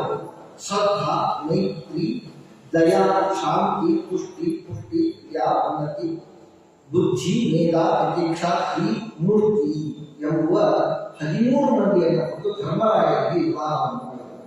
ಧರ್ಮರಾಯ ಅಂದರೆ ಯಮಧರ್ಮರಾಯ. ಅಲ್ಲಿ ಶ್ರದ್ಧಾ ಅನ್ನುವಳಲ್ಲಿ ಒಬ್ಬ ಮಗನನ್ನೇ ಯಮಧರ್ಮ ಪಡೆದ. ಅವಳು ಯಾರು ಕೇಳಿದ್ರೆ ಶುಭ. ಮೈತ್ರಿ ಅಂತನ್ನುವಳಲ್ಲಿ ಪ್ರಸಾದ ಅಂತನ್ನುವ ಮಗನನ್ನು ಪಡೆದ ಯಮಧರ್ಮ. ದಯಾಳನ್ನು ಅಭಯ.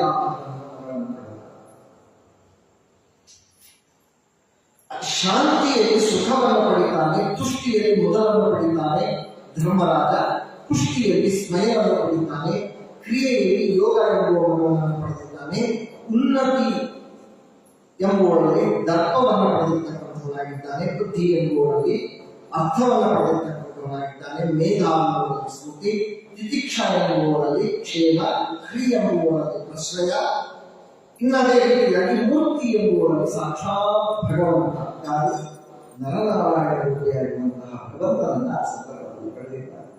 ಬದರಿಕಾಶ್ರಮದಲ್ಲಿಯೇ ಒಂದು ಭಾಗ, ಈ ಹೋಗುವ ಬದರಿಯಲ್ಲ, ಮಹಾಬದರಿ ಅಂತ ಶ್ರೀಮದಾಚಾರ್ಯ ಹೋಗಿರುವಂತಹ ಬದರಿ. ಆ ಬದರಿಯಲ್ಲಿ ಒಂದು ಭಾಗದಲ್ಲಿ ಸಾಕ್ಷಾತ್ ಭಗವಂತ ಈಗಲೂ ತಪಸ್ಸು ಮಾಡಿಕೊಂಡಿದ್ದಾನೆ. ಅವನು ಯಮಧರ್ಮದಿಂದ ಮೂರ್ತಿಯಲ್ಲಿ ಹುಟ್ಟಿರ್ತಕ್ಕಂತಹ ಆ ಭಗವಂತನ ತಪಸ್ಸನ್ನು ಮಾಡ್ತಾ ಇದ್ದಾನೆ. ದೇವತೆಗಳ ಮಿತಿ ಮಾಡಿ ಒಂದು ತಪಸ್ಸನ್ನ ಕೆಡಿಸೋಣ. ಸಾಮಾನ್ಯವಾಗಿ ಯಾರಾದರೂ ಒಳ್ಳೆಯ ಕೆಲಸ ಮಾಡಿರ್ತಾರೆ ಅಂದ್ರೆ ಕೆಡಿಸಲಿಕ್ಕೆ ರೋಡ್ ಹಾಕುವಂತೆ ಇರ್ತಾರೆ. ಇವನ ತಪಸ್ಸಿಗೆ ವಿಘ್ನವನ್ನು ಉಂಟು ಮಾಡೋಣ ಅಂತ ಅನೇಕ ಅಪ್ಸರ ಸ್ತ್ರೀಯರನ್ನು ಕಳಿಸಿ ಭಗವಂತನ ಎದುರಿಗೆ ಅನೇಕ ಹಾವಭಾವಗಳಿಂದ ಅವರ ಮನಸ್ಸನ್ನ ತಪಸ್ಸನ್ನ ವಿಘ್ನವನ್ನು ಮಾಡೋದಕ್ಕೆ ಅಂತ ಬಂದಂತಹ ಸಂದರ್ಭದಲ್ಲಿ ಆ ಎಲ್ಲ ಅಪ್ಸರಾ ಸ್ತ್ರೀಯರನ್ನು ಕರೆದು ಕೂಡಿಸಿ ಸಾಕ್ಷಾತ್ ಭಗವಂತ ನರನಾರಾಯಣ ರೂಪಿಯಾದ ಭಗವಂತ ಆ ಸಂದರ್ಭದಲ್ಲಿ ತೊಡೆಯನ್ನು ಹೀಗೆ ತಿಕ್ಕಿದವಂತೆ ಆ ತೊಡೆಯನ್ನು ಮುಟ್ಟಿದವಂತೆ ಊರ್ವಶಿ. ಇವತ್ತು ಯಾರಾದ್ರೂ ಕೂಡ ಅಪ್ಸರಾ ಸ್ತ್ರೀಯರು ತಂದ ತಕ್ಷಣ ಬಾಯಿಗೆಲ್ಲ ಬಾಯಿಗೆ ಬರೋದೆಲ್ಲ ಕೇಳಿ ಊರ್ವಶಿ ಅಂತ ಅಲ್ವಾ? ಆ ಊರ್ವಶಿ ಹುಟ್ಟಿದ್ದೇ ಈ ಭಗವಂತನ ಉರು. ಉರು ಅಂದ್ರೆ ತೊಡೆ, ಅದಕ್ಕಾಗಿ ಅವಳಿಗೆ ಊರ್ವಶಿ ಅಂತ ಹೆಸರು ಬಂದರು. ಈ ಭಗವಂತನ ಉರುವಿನಿಂದ ಹುಟ್ಟಿದರು ಅನ್ನೋದಕ್ಕಾಗಿ ಊರ್ವಶಿ ಅಂತ ಹೆಸರನ್ನು ಪಡೆದಿರ್ತಕ್ಕಂತಹ ಇವಳನ್ನು ಕೊಟ್ಟು, ನೋಡು ಇವಳನ್ನು ಇನ್ನೂ ಬಿಡುವ ಅಂತ ಹೇಳಿದ್ರು. ಏನ್ ಬಂದಾರಲ್ಲ, ಇವ್ರಿಗಿಂತ ಅತ್ಯದ್ಭುತವಾಗಿರ್ತಕ್ಕಂತಹ ಸ್ವರೂಪಿಯಾಗಿರ್ತಕ್ಕಂತಹ ಇವರನ್ನ ನೀವು ಕೊಡುಕೊಳ್ಳುವುದು ಇಂದ್ರನಿಗೆ ಕೊಡು ಅಂತ ಹೇಳಿ ಕೊಟ್ಟು ಕಳಿಸಿದಂತೆ ಅಷ್ಟು ಇದಾಗಿರುವಂತಹ ರೀತಿ ಇದ್ದ ಭಗವಂತ ಈಗಲೂ ಕೂಡ ಇದ್ದಾನೆ ಅನ್ನುವುದಾಗಿ ನಾವು ಹೇಳ್ತೇವೆ. ಇಂತಹ ಯಮಧರ್ಮದಲ್ಲಿಯ ಮೊದಲನೆಯ ಹೆಂಡತಿಯಾಗಿರ್ತಕ್ಕಂತಹ ಯಾವ ಶ್ರದ್ಧೆ ಇದೆ ಆ ಶ್ರದ್ಧಾ ಶುಭ ಎಂಬುವ ಮಗಳನ್ನು ಪಡೆದ. ಇದೇನು ತಿಳಿಸಿಕೊಡುತ್ತದೆ? ಧರ್ಮರಾಯ ನಮ್ಮಲ್ಲಿರುವಂತಹ ಧರ್ಮ, ಆ ಧರ್ಮದ ಜೊತೆಗೆ ನಾವು ಮತ್ತೆ ಈ ಶ್ರದ್ಧೆ ಎನ್ನುವ ವಿವಾಹವನ್ನು ಮಾಡಿಸಿದಾಗ ನಮ್ಮಲ್ಲಿ ಏನು ಬರ್ತದೆ? ಶುಭ ಅಂತ ಬರ್ತದೆ. ಅಂದ್ರೆ ಯಾವುದೇ ಒಂದು ಕರ್ಮದ ಬಗ್ಗೆ, ನಮ್ಮ ದೇವರ ಪೂಜೆ ಆಗಿರ್ಬೋದು, ಪ್ರದಕ್ಷಿಣೆ, ಭಾಗವತ ಇಲ್ಲ ಕೇಳೋದಿರ್ಬೋದು, ಕೇವಲ ಆ ಧರ್ಮದ ಜೊತೆಗೆ ಶ್ರದ್ಧೆ ಇದ್ದಾಗ ಮಾತ್ರ ನಮಗೆ ಮಂಗಳವಾಗ್ತದೆ. ಶ್ರದ್ಧೆ ಇಲ್ಲ ಅಂತಂದ್ರೆ ಮಂಗಳ ಆಗೋದಿಲ್ಲ. ಹಾಗಾದ್ರೆ ಶ್ರದ್ಧೆ ಇದು ನಮ್ಮಲ್ಲಿ ಇದೆ ಅಂತ ಮಾತ್ರ ಮಂಗಳ ಆಗ್ತದೆ, ಶುಭ ಆಗ್ತದೆ. ಆದರೆ ಆಗೋದಿಲ್ಲ ಅಂತ ಅದನ್ನು ತಿಳಿಸಿಕೊಡ್ತಾರೆ. ಮೈತ್ರಿ ಭಾವನೆಯಲ್ಲಿ ಇರ್ತದೆ. ನಮ್ಮ ಧರ್ಮರಾಯ, ನಮ್ಮಲ್ಲಿರುವಂತಹ ಧರ್ಮ, ಇದರ ಜೊತೆಗೆ ಮೈತ್ರಿ ಸೇರಿಕೊಂಡಾಗ, ಸ್ನೇಹ ಭಾವ ಸೇರಿಕೊಂಡಾಗ ಏನಾಗ್ತದೆ? ಪುಷ್ಕಲವಾದ ಪ್ರಸಾದ ಸಿಗ್ತದೆ. ಧರ್ಮರಾಯರಿಗೆ ಹುಟ್ಟಿದ್ದು ಮೈತ್ರಿಯಲ್ಲಿ ಪ್ರಸಾದ. ಹೌದಲ್ಲ? ಸ್ನೇಹ ಇತ್ತು ಅಂತಂದ್ರೆ ಮದುವೆ ಒಂದು ವಾರ ನಮ್ಮ ಮನೆಯ ಕಾರ್ಯಕ್ರಮದಲ್ಲಿ ಮತ್ತೆ ನೀವು ಮದುವೆ ಹೊಸೋದಿಲ್ಲ, ನಮ್ಮ ಮನೆಗೆ ಬಂದು ಕೂತ್ಬಿಡ್ರಿ. ಯಾಕೆ? ಸ್ನೇಹ ಇರ್ತದೆ. ಸ್ನೇಹ ಇದ್ದಿಲ್ಲ ಪಕ್ಕದ ಮನೆ ಹೋಗಿ ಸೇರಿ ಕರೆಯೋದಿಲ್ಲ. ಪ್ರಸಾದ ಪುಷ್ಕಲವಾಗಿ ಇರಬೇಕು ಅಂತಾದ್ರೆ ಧರ್ಮದ ಜೊತೆಗೆ ಏನಿರಬೇಕು? ಮೈತ್ರಿ ಇರಬೇಕು. ಇದು ಸಂದೇಶವನ್ನು ಆ ಸಂದರ್ಭದಲ್ಲಿ ನಮಗೆ ತಿಳಿಸಿಕೊಡುತ್ತದೆ. ನಮ್ಮ ಧರ್ಮ ದಯೆಯಿಂದ ಕೂಡಿಕೊಂಡಾಗ ಅದು ಅಭಯ ಎನ್ನುವುದನ್ನು ನಮಗೆ ಫಲವನ್ನ ಕೊಡುತ್ತದೆ ಎನ್ನುವ ಸಂದೇಶವನ್ನು ಆ ಸಂದರ್ಭದಲ್ಲಿ ತಿಳಿಸಿಕೊಡುತ್ತದೆ.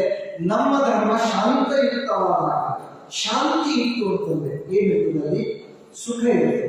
ಶಾಂತಿ ಇದ್ದಿದ್ದಿಲ್ಲ ಅಂದ್ರೆ ಕೃಷ್ಣಾರ್ಪಣ, ದುಃಖವೇ ತಂದುಕೊಂಡಿರ್ತದೆ. ಅದಕ್ಕೆ ಕೆಲವು ಎಲ್ಲಿ ಹೋಗಿತ್ತು? ಯಾಕೆ ಹೋಗಿತ್ತು?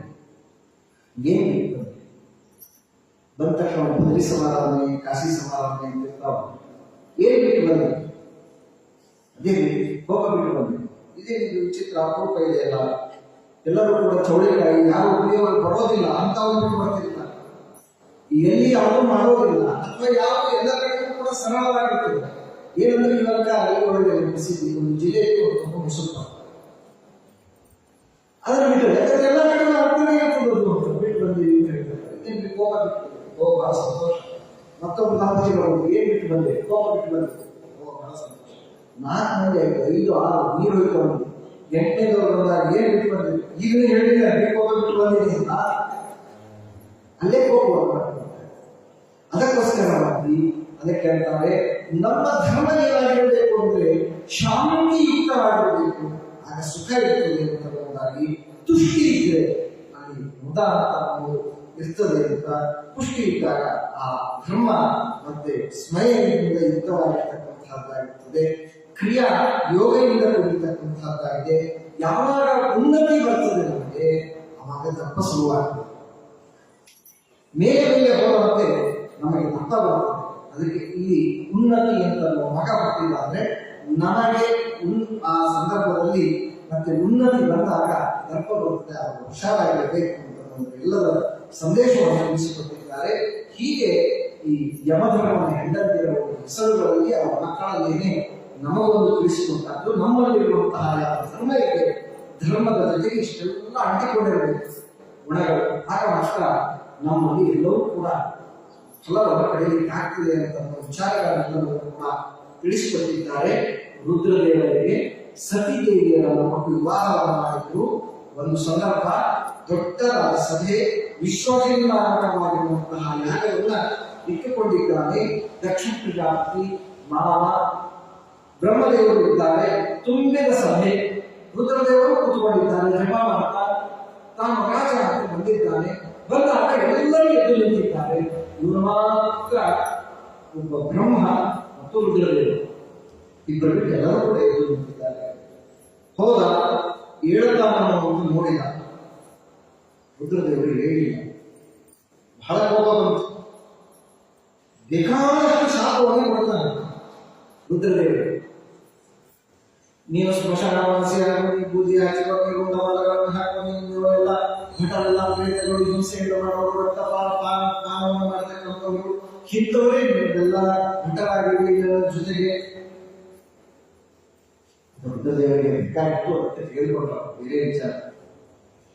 ಆದರೆ ಇಷ್ಟೆಲ್ಲಾ ಶಾಪಗಳನ್ನು ಕೊಟ್ಟಂತಹ ಸಂದರ್ಭದಲ್ಲಿಯೂ ಕೂಡ ರುದ್ರದೇವರು ಒಂದು ಸ್ವಲ್ಪ ಬೇಸರವನ್ನು ಮಾಡಿಕೊಂಡಿಲ್ಲ. ಅದೇ ಜಪ ಮಾಡ್ತಾ ಭಾವನೆ ಮಾಡ್ತಾ ಕೂತ್ಕೊಂಡು ಇಷ್ಟು ನಮ್ಗೆಲ್ಲ ಹೇಗಿರುತ್ತೆ ಅಂತ ಕೇಳಿದ್ರೆ ರಾಯರು ಬಂದು ಕುತ್ಕೊಂಡಿರ್ತೀವಿ, ಯಾರಾದ್ರೂ ಬಂದು ಈ ಕಡೆ ಕೊಡಿ ಸ್ವಲ್ಪ ಅಂತ ಕೊಡ್ತಾರೆ.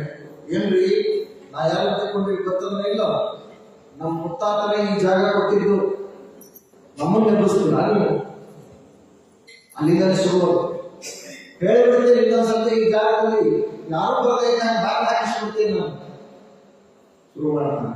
ಆದರೆ ರುದ್ರದೇವರು ದೊಡ್ಡ ಸ್ಥಾನದಲ್ಲಿ ಮನೋನಿಯಾಮಕ ಮಹಾದೇವರು ಅವರು ನಮಗೆ ಮನಸ್ಸು ಕೊಟ್ಟರೆ ನಾವು ಭಾಗವತ ಕೇಳಬೇಕು ಅಂತ ಬುದ್ಧಿ ಬರ್ತದೆ. ಅದಕ್ಕಂತಲೇ ಒಂದು ರೂಪದಿಂದ ಶುಭರೂಪರಾಗಿ ಬಂದು ಅವರು ಭಾಗವತವನ್ನು ಉಪದೇಶವನ್ನು ಮಾಡಿದ್ದಾರೆ.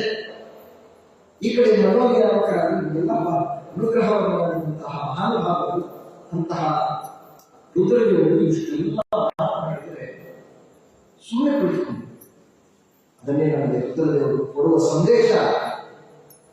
ಕೋಪದಿಂದ ಬೈದಂತಹ ಸಂದರ್ಭದಲ್ಲಿ ನೀವು ಕೂಡ ಉದ್ಯುಕ್ತರಾಗಿ ಮತ್ತೆ ನೀವು ಕ್ರಮವನ್ನು ತೆಗೆದುಕೊಳ್ಳುವುದು ಇಲ್ಲ, ಶಾಂತರಾಗಿ ದೇವರ ಫಲವನ್ನು. ನಾವು ಶಾಪ ಕೊಟ್ಟರೆ ಏನಾಗಬಹುದು? ಕೈ ನೋಡಿ, ಕಾಲು ನೋಡಿ, ಕಣ್ಣು ಹೋಗಿ, ಸೊಟ್ಟಾಗಿ ಇಷ್ಟೇ ನಾವು ಶಾಪ ಕೊಡೋದು. ಇದಕ್ಕಿಂತ ಏನೇನು ಮಾಡಲಿಕ್ಕಾಗೋದಿಲ್ಲ ಅಲ್ಲ. ಅದು ಆಗೀತು, ಆಗದೆ ಹೋಗಿ, ಯಾಕಂದ್ರೆ ನಮ್ಮ ಪುಣ್ಯ ಇದ್ದಂತೆ ಆಗ್ತದೆ. ನಮ್ಮ ಬಾಯಿಂದ ಬಂದದ್ದು ಆಗುವಂತಹ ಸಂದರ್ಭದಲ್ಲಿ. ಆದರೆ ಇವ ಶಾಂತ ಇದ್ದಾನೆ ಅಂತಂದ್ರೆ ಅದರ ಕಡೆ ದೇವರ ಅನುಗ್ರಹವನ್ನು ಮಾಡ್ತಾನೆ. ಅದಕ್ಕೆ ಬಹಳ ತಪಸ್ವಿಯಾದ ಒಬ್ಬ ವ್ಯಕ್ತಿಯಲ್ಲಿ ಕುಳಿತುಕೊಂಡಿದ್ದ. ರೋಡಲ್ಲಿ ಹೋಗು ನಾಲ್ಕ ಕಲ್ಲುಗಳ ಪಟ್ಟಣೆ ಕುತ್ಕೊಂಡ. ಇನ್ನೂ 16 ಕಲ್ಲುಗಳನ್ನು ಎಸೆದು ಪಟ ಪಟ ಡ್ರೆಸ್ ಹಾಕೊಂಡ, ಏನೇನೆಲ್ಲ ಹಾಕೊಂಡು ದೇವರು ಹಾಕೊಂಡು ಹೋದಾಗ ಒಳಗೆ ಬಂದೆ. ಮತ್ತೆ ಮಲ್ಕೊಂಡ ಎಲ್ಲ ಕಾಲು ಕುತ್ಕೊಂಡ್ರೆ ಲಕ್ಷ್ಮೀ ದೇವಿಗೆ ಆಶ್ಚರ್ಯ.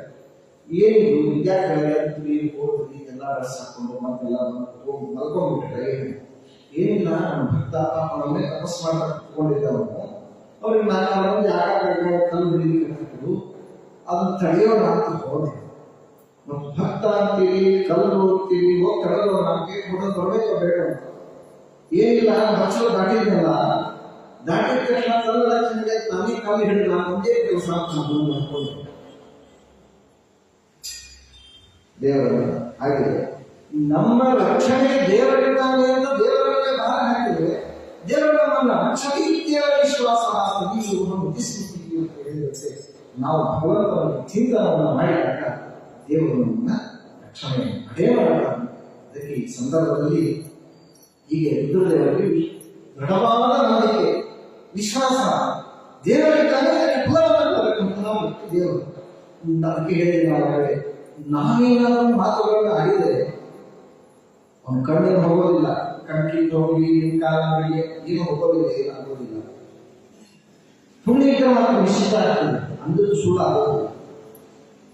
ಆಡುವ ವ್ಯಕ್ತಿಯಲ್ಲಿ ಬೆಟ್ಟದಷ್ಟು ಪುಣ್ಯ ಇದ್ರೆ ಇವನು ಆಡಿದ ಅಂತಾದಾಗ ದೇವರ ಪುಣ್ಯ ಎಲ್ಲ ಬೆಟ್ಟದಷ್ಟು ಎಲ್ಲ ಪುಣ್ಯ ತಗೋತಾನ. ಅವನು ಕಾಲಿಗೆ ಕೈ ಹಾಗೆ ಮಾಡಿದ ತಕ್ಷಣ ಪುಣ್ಯಕ್ಕೆ ಪುಣ್ಯವೂ ಆಸೆ, ಫಲ ಕೊಟ್ಟದ್ದು ಬಹಳ ದೇವರಿಂದ ಮಾಡ್ತಾನೆ ಅಂತನ್ನುವುದರ ಮೇಲೆ ದೇವರ ನಂಬಿಕೆಯಿಂದ ಅವನಿಗೆ ಆ ಬೇಡಿಕೆ ಏನೆಂದರೆ ದೇವರು ಅವನಿಗೆ ಸರಿಯಾದ ಶಿಕ್ಷೆಯನ್ನು ಕೊಡ್ತಾನೆ. ಇದನ್ನೇ ತೋರಿಸಿಕೊಟ್ಟದ್ದು ವಿಶ್ವಾಮಿತ್ರರು. ಅದಕ್ಕೆ ಅಯೋಧ್ಯೆಗೆ ಬಂದರು, ರಾಮ ನೀವು ಸಿದ್ಧಾಸನ ತಾಟಿಕೆ ಮಾಡಿ ತುಂಬಾ ಪೀಡಿಯನ್ನು ಕೊಡ್ತಾ ಇದ್ದಾರೆ, ನೀವು ಬಂದು ರಕ್ಷಣೆ. ಅವರು ಬಂದದ್ದಕ್ಕೆ ಎಷ್ಟು ಕೆಲಸಗಳಾದವು, ಯಜ್ಞ ಸಂಪೂರ್ಣವಾಯಿತು. ವಿಶ್ವಾಮಿತ್ರರೇ ಸ್ವತಃ ಮಂತ್ರಗಳನ್ನು ದೇವರ ಕಿವಿಯಲ್ಲಿ ಪಾರಾಯಣ ಮಾಡುತ್ತಾರೆ, ಆ ಅವಕಾಶ ಸಿಕ್ತು. ಈ ಮಾರೀಚಾರಿ ತಾಟಿಕಾರಗಳನ್ನು ಸಮಾನವನ್ನು ಮಾಡಿದ್ದಕ್ಕೆ ತಮ್ಮ ಪುಣ್ಯ ಬೆಟ್ಟದಷ್ಟು ಇದ್ದದನ್ನು ಉಳಿಸಿಕೊಡು. ಇದು ರುದ್ರದೇವರು ಒಂದು ತಪಸ್ಸನ್ನು ಮಾಡ್ತಾ ಕುಳಿತುಕೊಂಡು ಬೈಯುವಾಗ ಅನ್ನುವುದರ ಸಂದೇಶ ಏನು ತಿಳಿಸಿಕೊಡ್ತದೆ ಅಂತ ಹೇಳಿದರೆ, ನಮ್ಮ ಪುಣ್ಯ ಡಿಪಾಸಿಟ್ ಆದದ್ದು ಹಾಗೆ ಉಳಿಯುತ್ತದೆ. ದೇವರ ರಕ್ಷಣೆಯನ್ನು ಮಾಡ್ತಾನೆ ಅಂತ ವಿಶ್ವಾಸ ಇದ್ದಾಗ ಯಾರು ನಮಗೆ ಕೆಟ್ಟದ್ದನ್ನು ಬಯಸ್ತಾರೆ ಅವರಿಗೆ 4 ಪಟ್ಟು ಕೆಟ್ಟದಾಗ್ತದೆ. ಅದಕ್ಕಾಗಿ ನೀವು ಯಾವ ಕಾರಣಕ್ಕೂ ಕೂಡ ಮತ್ತೊಬ್ಬರಿಗೆ ಕೆಟ್ಟದ್ದನ್ನು ಬಯಸಬೇಡ ಅನ್ನೋ ಸಂದೇಶ ಬುದ್ಧದೇವರು ದಕ್ಷಿಣ ಪ್ರಚಾರಕ್ಕೆ ಆಡಿದಂತಹ ಸಂದರ್ಭದಲ್ಲಿ ನಮಗೆ ಈ ಪ್ರಸಂಗದಿಂದ ಈ ತತ್ವ ತಿಳಿದು ಬರ್ತದೆ ಅಂತ. ಹಾಗಾಗಿ ಮುಂದೆ ಏನಾಯಿತು ಅದರ ಪರಿಣಾಮ ನಾಳಿನಲ್ಲಿ ತಿಳಿದುಕೊಳ್ಳುವ ಪ್ರಯತ್ನವನ್ನು ಮಾಡೋಣ. ಅನೇಕ ಭಾವಿ ಮುಂದೆ ಅಭಾವ ನಾಹಂ ಕರ್ತ ಹರಿಕರ್ತ ತತ್ಪೂಜಾ ಕ್ರಮಶಾಖಿ ತಥಾಪಿ ಕೃತ ಪ್ರಸಾದೇ ಶ್ರೀ ಕೃಷ್ಣಾರ್ಪಣಮಸ್ತು.